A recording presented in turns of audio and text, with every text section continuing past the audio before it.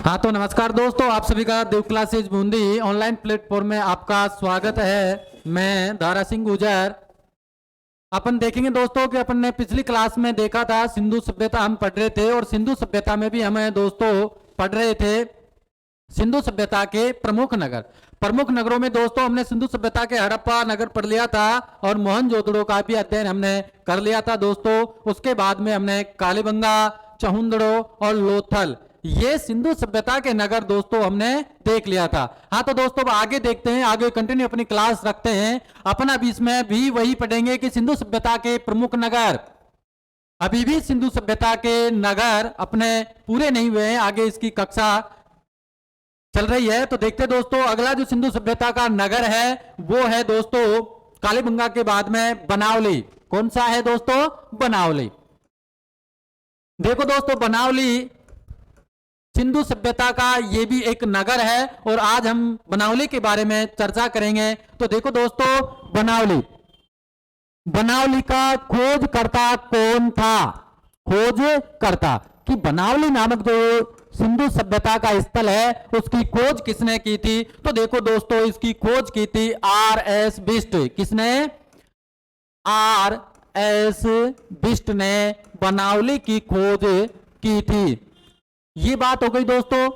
आगे देखो, समय कि बनावली को किस समय में या किस सन में खोजा गया था? तो देखो दोस्तों, R.S. बिष्ट ने बनावली को 1973 में खोजा था। ये बात यहां तक क्लियर हो गई दोस्तों। अब आगे देखते हैं कि स्थान कि बनावली भारत के अंदर किस स्थान पर स्थित है, किस राज्य में स्थित है, किस जिले में स्थित है, किस नदी के किनारे स्थित है, वो देखते हैं दोस्तों। तो देखो दोस्तों, बनावली जो स्थित है वो हरियाणा राज्य में, कौन से राज्य में? हरियाणा राज्य में, हरियाणा राज्य में फतेहाबाद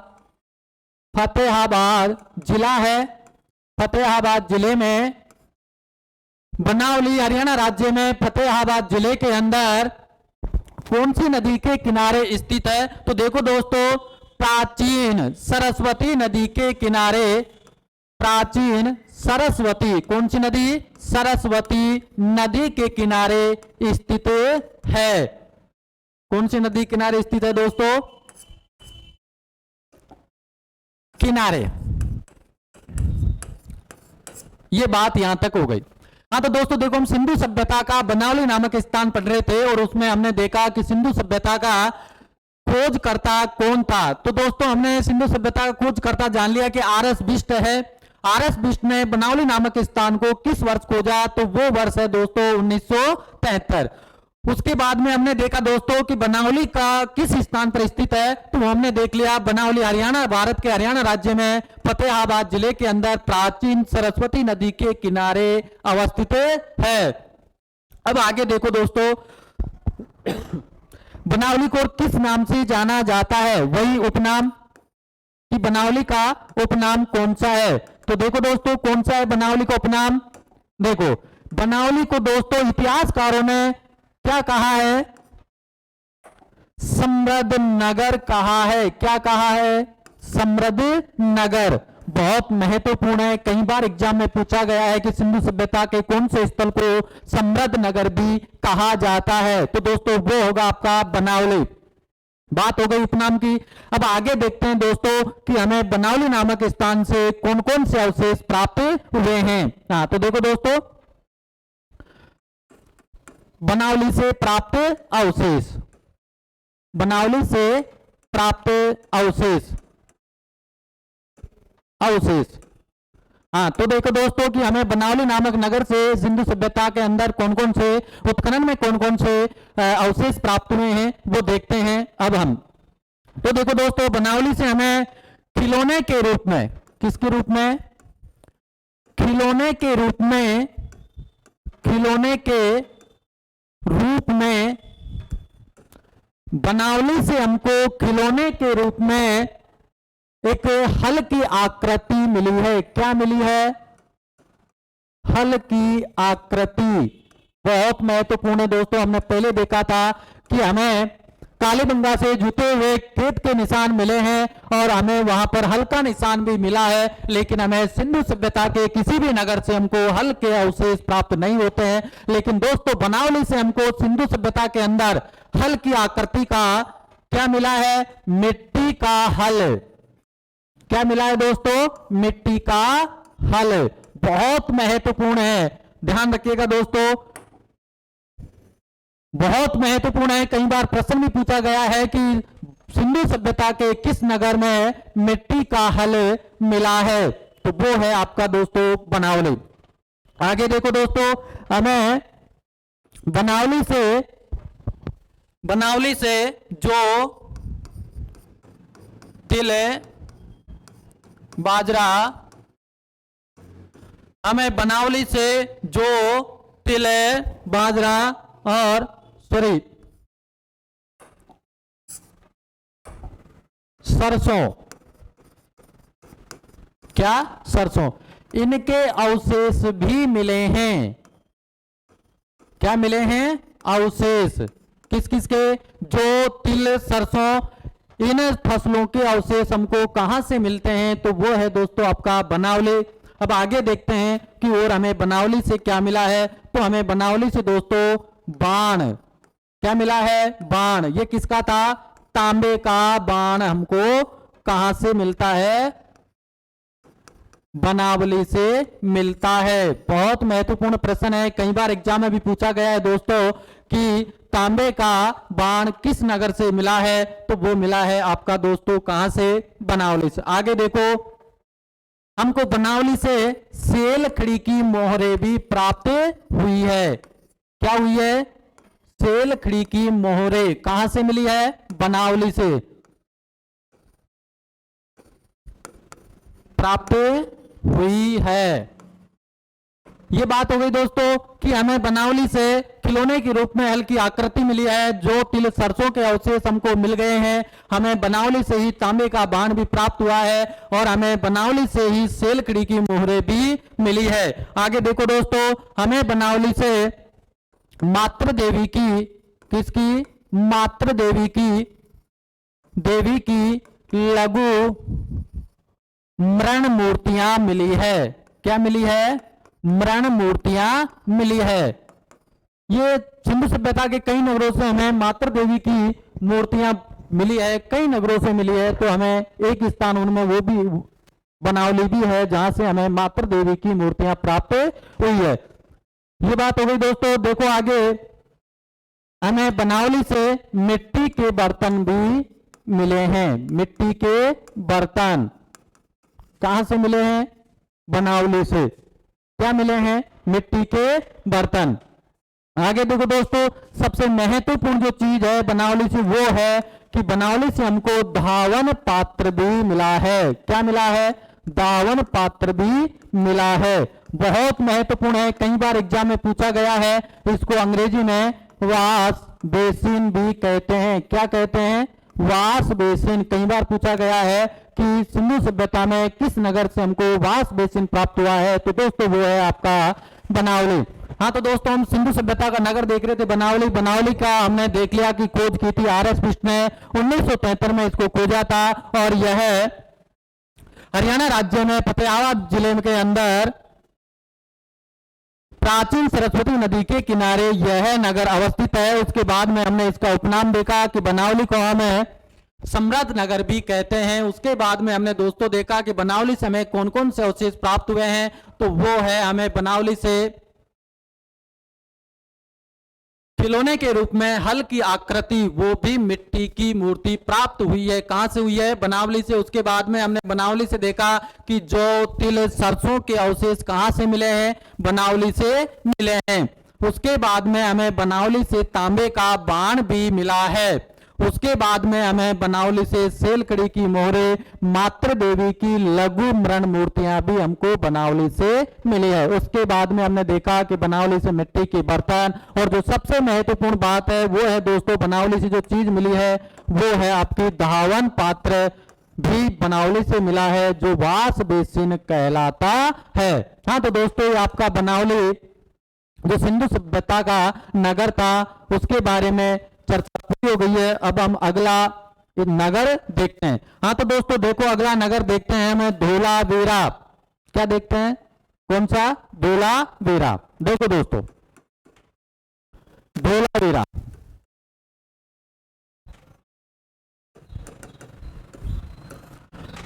धोलावीरा सिंधु सभ्यता का सबसे महत्वपूर्ण नगर है और वो अब हम पढ़ने जा रहे हैं। तो देखो दोस्तों कि धोलावीरा की खोजकर्ता कौन है? कौन खोजकर्ता? तो धोलावीरा के जो खोजकर्ता है वो है जगपति जोशी। कौन है? जगपति जोशी। धोलावीरा को किसने खोजा? जगपति जोशी ने। कब खोजा? ये खोजा 1900 समय कि धोलावीरा को किस समय खोजा गया था? तो धोलावीरा को खोजा गया था 1967 से 68 में। 1967-68 में धोलावीरा को जगपति जोशी ने खोजा था। अब कहां खोजा था वो देखो दोस्तों स्थान कि धोलावीरा को जगपति जोशी ने किस स्थान पर खोजा था। तो स्थान है गुजरात राज्य का कच्छ जिला। कौन सा जिला? कच्छ जिला। कच्छ जिले में माधर नदी के किनारे धोलावीरा की खोज की गई थी।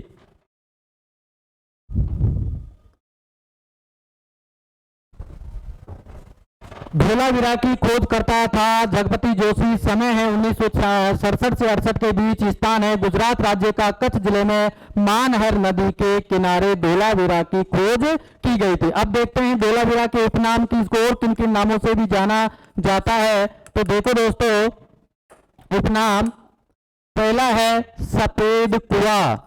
क्या कहा जाता है इसको? सफेद कुआ भी धोलावीरा को कहा जाता है। दूसरा उपनाम है वीरा का कुआ। वीरा का कुआ।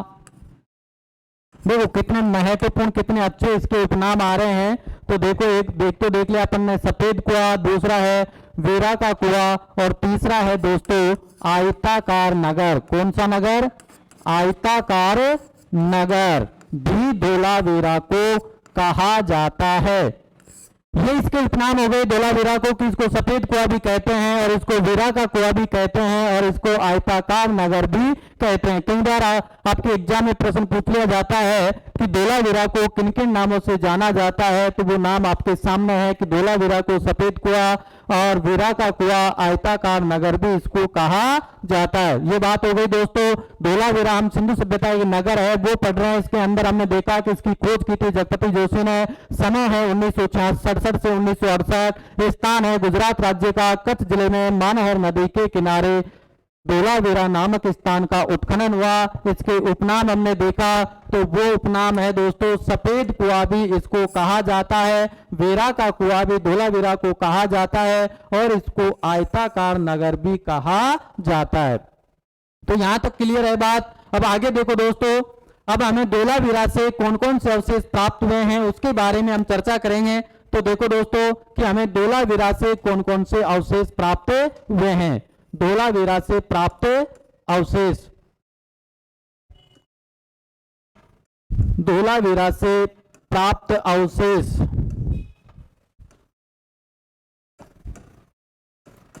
देखो कि हमें धोलावीरा से कौन कौन सी चीजें मिली है वो देखते हैं। हाँ तो देखो दोस्तों हमें धोलावीरा से जो चीज मिली है उनमें पहला है कि यहां से खगोलीय प्रयोगशाला मिली है। क्या मिली है? धोलावीरा से खगोलीय प्रयोगशाला। बहुत महत्वपूर्ण है, कई बार एग्जाम में पूछा गया है कि भारत के सिंधु सभ्यता के किस नगर से हमको खगोलीय प्रयोगशाला के अवशेष मिले हैं। तो वो है आपका स्थान दोस्तों धोलावीरा।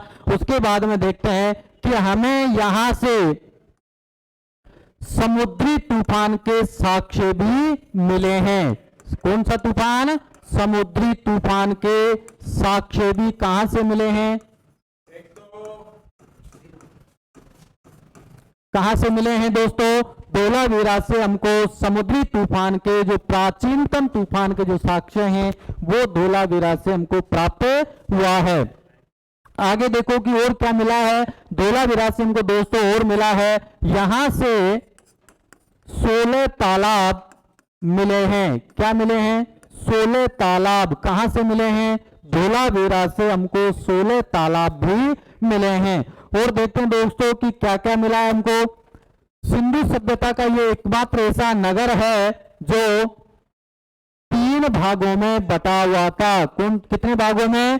3 भागों में बटा हुआ था। देखो दोस्तों, सिंधु सभ्यता के सभी नगर 2 भागों में बटे हुए थे, पूर्वी नगर और पश्चिमी भाग या पूर्वी भाग। लेकिन सिंधु सभ्यता का जो धोलावीरा नगर है वो दोस्तों 3 भागों में बटा हुआ था। इसके अंदर पहले भाग में जनता और दूसरे भाग में भी जनता और तीसरे भाग में दुर्ग स्थित था। तो ये 3 भाग हो गए दोस्तों धोलावीरा के। लेकिन सिंधु सभ्यता के सभी नगर 2 भागों में विभाजित थे, दुर्ग और जनता। लेकिन धोलावीरा 3 भागों में विभाजित है। उनमें 2 भागों में जनता निवास करती थी और तीसरे भाग में दुर्ग अवस्थित था। तो ये चीज हमको धोलावीरा में ही प्राप्त होती है। और देखो कि हमें यहां से क्या मिला है। तो देखो दोस्तों, हमें धोलावीरा से खेल का स्टेडियम भी मिला है। क्या मिला है? खेल का स्टेडियम। कहां से मिला है? धोलावीरा से। आगे देखो दोस्तों, हमें धोलावीरा से बांध निर्माण, क्या बांध निर्माण, हमें दोस्तों धोलावीरा से बांध निर्माण और कृत्रिम जलाशय और कृत्रिम जलाशय के अवशेष या साक्ष्य मिले हैं। कहां से मिले हैं दोस्तों? धोलावीरा से।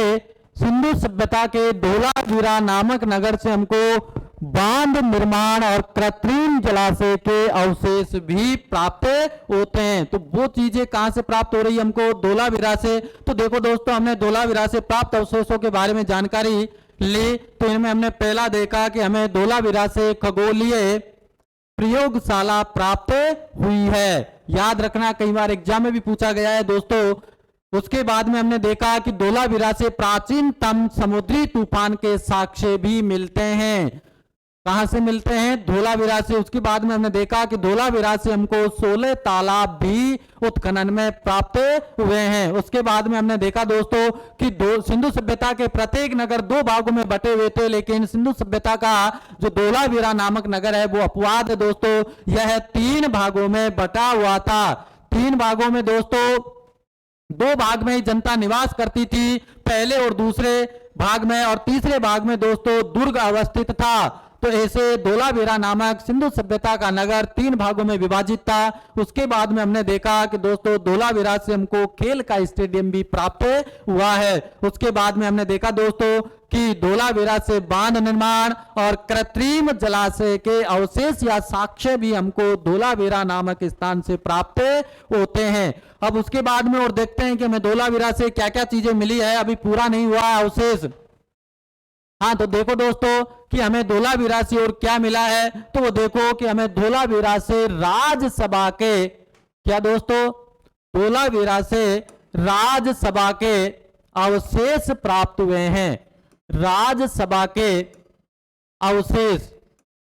सिंधु सभ्यता के किसी भी नगर से हमको राज्यसभा के अवशेष प्राप्त नहीं होते हैं, लेकिन धोलावीरा नामक नगर से हमें राज्यसभा के अवशेष प्राप्त होते हैं। उसके बाद में देखते हैं दोस्तों कि हमें धोलावीरा से प्राचीनतम जल प्रबंधन प्रणाली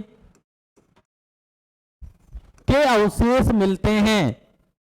देखो दोस्तों, आज से करीब 5000 साल पहले भी सिंधु सभ्यता के लोग जल प्रबंधन प्रणाली का विचार रखते थे या उन्होंने ऐसा अपनाया था। इसलिए तो मैंने अभी पहले आपको बताया कि धोलावीरा नामक नगर से 16 तालाब के अवशेष हमको प्राप्त हुए हैं। उसके बाद में आगे देखो दोस्तों, हमने धोलावीरा से सूचना पट, क्या सूचना पट और साइन बोर्ड भी हमको धोलावीरा से ही प्राप्त हुआ है।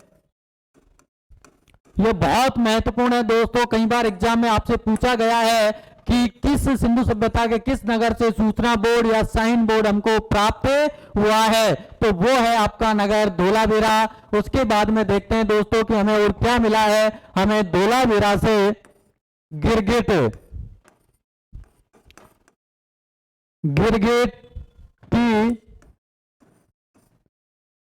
गिरगिट और नेवला और श्वेत पोलिस पाषाण स्तंभ, हमें धोलावीरा नामक नगर से गिरगिट की मूर्ति और नेवले की मूर्ति और पोलिसदार श्वेत पत्थर या पाषाण का स्तंभ भी हमको प्राप्त होता है। कहां से प्राप्त होता है? धोलावीरा नामक नगर से हमें दोस्तों गिरगिट की मूर्ति, नेवले की मूर्ति और श्वेत पोलिसदार पाषाण स्तंभ भी हमको धोलावीरा नामक नगर से प्राप्त होता है। उसके बाद में देखो दोस्तों, हमें धोलावीरा से एक प्राचीनतम बंदरगाह के प्रमाण भी मिलते हैं। इसके प्राचीनतम बंदरगाह के प्रमाण भी मिलते हैं। धोलावीरा से दोस्तों हमें प्राचीनतम बंदरगाह के प्रमाण भी प्राप्त हुए हैं। हाँ तो दोस्तों, हमने बात कर ली धोलावीरा से जो प्राप्त अवशेष थे उसके बारे में हमने देख लिया। देखो दोस्तों, हमें धोलावीरा से राज्यसभा के अवशेष प्राप्त हुए हैं। किसके? राज्यसभा के। उसके बाद में हमने देखा कि दोस्तों धोलावीरा से हमें प्राचीनतम जल प्रबंधन प्रणाली के अवशेष भी प्राप्त हुए हैं। उसके बाद में दोस्तों हमने देखा कि धोलावीरा से हमें सूचना पाठ और साइन बोर्ड भी प्राप्त हुए हैं। उसके बाद में दोस्तों हमने देखा कि हमें धोलावीरा से गिरगिट की मूर्ति, नेवले की मूर्ति और श्वेत पोलिसदार पाषाण स्तंभ भी हमको धोलावीरा से प्राप्त हुआ है। और उसके बाद में दोस्तों हमें प्राचीनतम बंदरगाह के प्रमाण भी कहां से प्राप्त हुए हैं, तो वो है आपका नगर धोलावीरा। हाँ तो दोस्तों, ये आपका धोलावीरा या नगर पूरा हुआ। उसके बाद में देखते हैं हम सिंधु सभ्यता का अगला नगर सुरकोटदा। कौन सा नगर दोस्तों? सुरकोटदा। देखो दोस्तों, सुरकोटदा वही कि इसका खोजकर्ता कौन था, इसका समय कब था और इसका किस स्थान पर यह खोजा गया। तो देखो दोस्तों, खोजकर्ता वही है अभी जो धोलावीरा की खोज की थी, जगपति जोशी ने। कौन है? जगपति जोशी। उसके बाद में समय कि धोलावीरा की किस समय खोज की गई, तो वो है आपका 1907। कितना है दोस्तों? 1907। अब बात आती है स्थान की, भारत में धोलावीरा नामक नगर किस स्थान पर खोजा गया था, तो अब वो देखते हैं कि सुरकोटदा किस स्थान पर खोजा गया था। तो उसके बारे में भी हम देखते हैं। यह है गुजरात राज्य में। कौन से राज्य में? गुजरात राज्य में कच्छ जिले के अंदर, कच्छ जिले में सुरकोटदा सिंधु सभ्यता का एक नगर है। इसकी खोज की गई थी जगपति जोशी के द्वारा। किसके द्वारा? जगपति जोशी के द्वारा इसकी खोज की गई थी। समय कब है कि किस वर्ष इसने खोज की, तो वो समय है आपका 1907। और किस स्थान पर सुरकोटदा नामक स्थान की खोज की गई, तो वो स्थान है आपका भारत के गुजरात राज्य में कच्छ जिले के अंदर सुरकोटदा नामक सिंधु सभ्यता का नगर खोजा गया। अब उसके बाद में हम देखते हैं कि हमें सुरकोटदा से कौन कौन से अवशेष प्राप्त हुए हैं। तो देखते हैं अवशेष। दोस्तों अब जो सिंधु सभ्यता के जो भी नगर आएंगे उनमें हमें ज्यादा बड़े नहीं है, जो जितने बड़े थे उन्हें दोस्तों हमने पढ़ लिया आपसे पहले कि आपका हड़प्पा है, मोहनजोदड़ो है, कालीबंगा है, धोलावीरा है, लोथल है, चौंदड़ो है। ये क्षेत्र या ये नगर सिंधु सभ्यता के बहुत बड़े थे, इनके बारे में हमने बड़े विस्तार से चीजें पढ़ ली। अब जो भी नगर आएंगे दोस्तों आपके वो छोटे हैं, इतने बड़े नहीं है। हाँ तो देखो दोस्तों, सुरकोटदा से प्राप्त अवशेष की हमें सुरकोटदा नामक स्थान से कौन कौन से अवशेष प्राप्त हुए हैं वो देख लेते हैं। देखो दोस्तों, हमें सुरकोटदा से घोड़े की हमें सुरकोटदा से घोड़े की अस्थियां मिली है। क्या मिली है? अस्थियां। दोस्तों मैंने पहले भी आपको बताया था कि हमें सिंधु सभ्यता के किस नगर से घोड़े की मूर्ति मिली है, घोड़े की हड्डियां मिली है, वो हमने चर्चा कर चुके हैं। उसके बाद में हमने सुरकोटदा नामक स्थान से घोड़े की अस्थियां हमको प्राप्त हुई है। उसके बाद में हमने देखते हैं कि और हमें सुरकोटदा से क्या मिला है। तो यहां से हमको तराजू का क्या मिला है? तराजू का पलड़ा, तराजू का पलड़ा मिला है। कहां से मिला है दोस्तों? वो मिला है आपका तराजू का पलड़ा, सुरकोटदा नामक स्थान से हमको तराजू का पलड़ा मिला है। उसके बाद में देखते हैं दोस्तों कि सुरकोटदा से और क्या मिला है। तो देखो दोस्तों, सुरकोटदा से हमको मिला है, बहुत महत्वपूर्ण है, कई बार आपके एग्जाम में पूछा गया है और हमेशा पूछता रहता है। तो देखो दोस्तों कि कौन सा क्या चीज है जो सुरकोटदा से मिली है और सर्वाधिक एग्जाम में आपकी आई हुई है। तो देखो दोस्तों, वो है आपका शॉपिंग कॉम्प्लेक्स। क्या है दोस्तों? Shopping complex. कहां से मिला है? सुरकोटदा से हमको सिंधु सभ्यता की एक सबसे महत्वपूर्ण वस्तु मिली है और वो है शॉपिंग कॉम्प्लेक्स। कहां से मिला है दोस्तों शॉपिंग कॉम्प्लेक्स?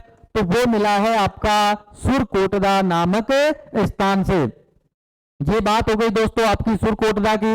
मैंने बताया सुरकोटदा की खोज जगपति जोशी ने की। कब की? 1960 में की। स्थान कौन सा है दोस्तों? तो स्थान है गुजरात राज्य के कच्छ जिले के अंदर। उसके बाद में हमने देखा कि हमें सुरकोटदा से कौन कौन सी चीजें अवशेष हमको प्राप्त हुए हैं।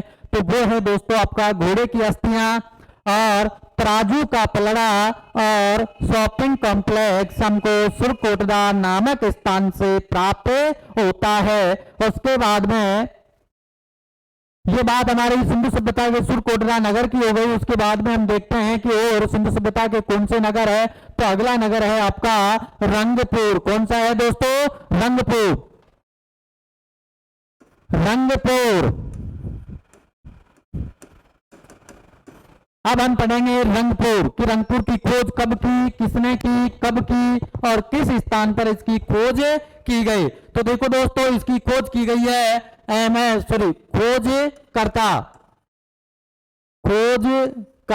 खोज करता है MS वत्स, माधव स्वरूप वत्स ने रंगपुर को खोजा था। और कब खोजा था? समय है इसका 1953। किस वर्ष खोजा था? 1953। समय हो गया।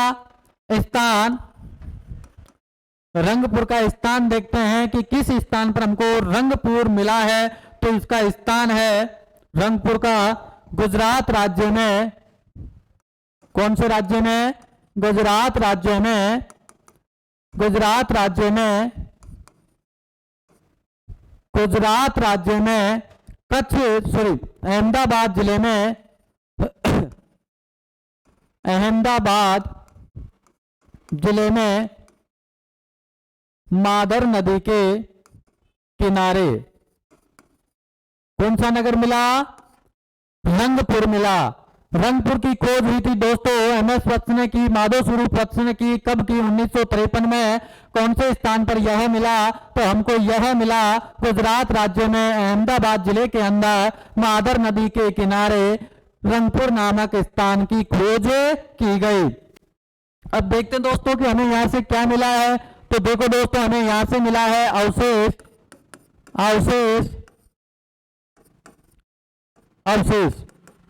हमें यहां से प्राप्त हुए हैं दोस्तों कच्ची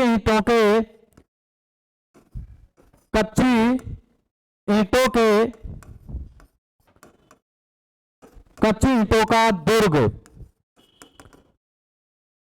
हमें यहां से क्या प्राप्त हुआ है दोस्तों? हमें यहां से प्राप्त हुआ है रंगपुर से कच्ची ईंटों का दुर्ग। तो हम बात कर रहे थे दोस्तों रंगपुर की सिंधु सभ्यता का एक नगर है। उसके बाद में हमने देखा कि इसकी खोज किसने की, तो खोज की है इसकी माधव स्वरूप वत्स ने। कब की है? 1953 के अंदर रंगपुर की खोज की गई थी। उसके बाद में हमने देखा कि किस स्थान पर रंगपुर को खोजा गया था, तो वो स्थान है आपका दोस्तों गुजरात राज्य में अहमदाबाद जिले के अंदर मादर नदी के किनारे रंगपुर नामक स्थान की खोज की गई थी। उसके बाद में कि हमें रंगपुर के सिंधु सभ्यता के रंगपुर नामक नगर से हमें कौन कौन सी चीजें प्राप्त होती है, तो दोस्तों वो है आपकी कि हमें रंगपुर से कच्ची ईंटों का दुर्ग मिला है, या हमें कच्ची ईंटों के दुर्ग के अवशेष हमको प्राप्त हुए हैं। उसके बाद में देखते हैं दोस्तों जो अगला सिंधु सभ्यता का अगला नगर आता है आपका, वो नगर है आपका रोपड़। कौन सा नगर है? रोपड़। तो दोस्तों देखते हैं रोपड़ के बारे में आगे चर्चा करते हैं कि रोपड़ सिंधु सभ्यता का जो नगर है उसमें क्या क्या है। तो देखो दोस्तों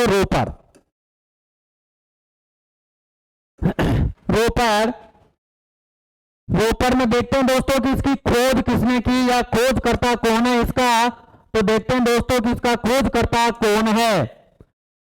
हाँ तो दोस्तों रोपड़ की खोज की थी बीबी लाल ने। किसने की थी? बीबी लाल ने। किसको खोजा था? रोपड़ को बीबी लाल ने खोजा था। अब किस वर्ष खोजा था, तो वो देखते हैं दोस्तों कि रोपड़ की बीबी लाल ने 1950 में समय, कि किस समय रोपड़ की खोज हुई, तो वो समय है आपका दोस्तों 1950। अब 1950 में इसको खोज लिया। अब इसका स्थान कौन सा है, कि किस स्थान पर हमने इसको खोजा है, तो वो स्थान है दोस्तों आपका पंजाब राज्य में। कौन से राज्य में? पंजाब राज्य में सतलज नदी के किनारे। कौन सी नदी किनारे? सतलज नदी के किनारे रोपड़ नामक स्थान की खोज की गई। किसके द्वारा की गई दोस्तों? बीबी लाल के द्वारा इसकी खोज की गई थी। कब की गई थी दोस्तों? 1950 में। किस स्थान पर की गई थी? पंजाब राज्य का सतलज नदी के किनारे रोपड़ नामक स्थान की खोज हुई थी।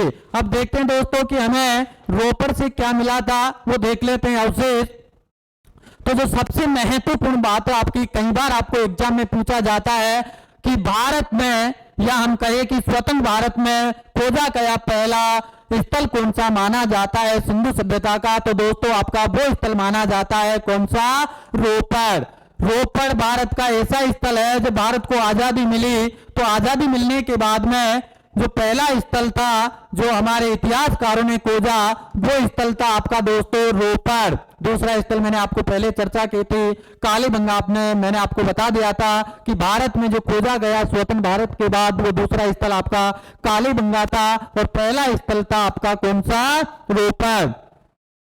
अब देखते हैं दोस्तों कि रोपड़ से हमें कौन सी महत्वपूर्ण अवशेष प्राप्त होते हैं, तो वो है दोस्तों आपके कि यहां से मानव शव के साथ कुत्ते के, किसके?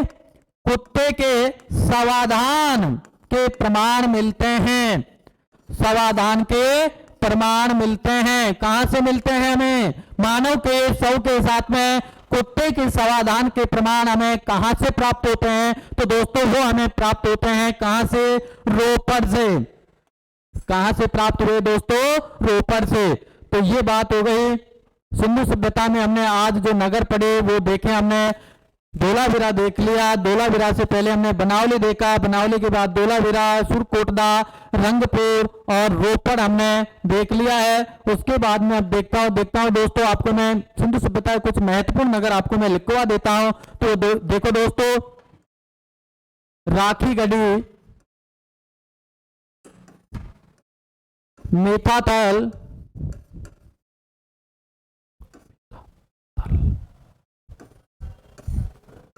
राखीगढ़ी, मेथाथल, हुलास,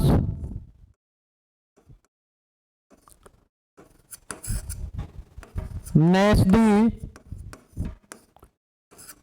रोजडी,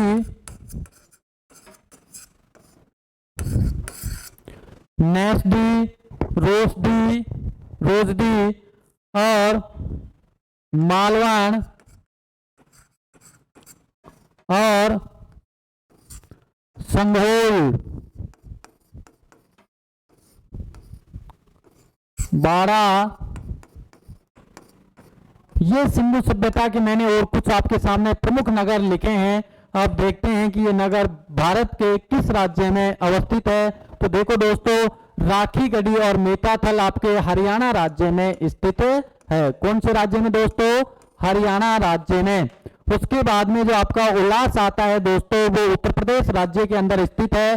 उसके बाद में आपका नेस्डी, रोजडी और मालवण, ये दोस्तों आपके गुजरात राज्य में अवस्थित है।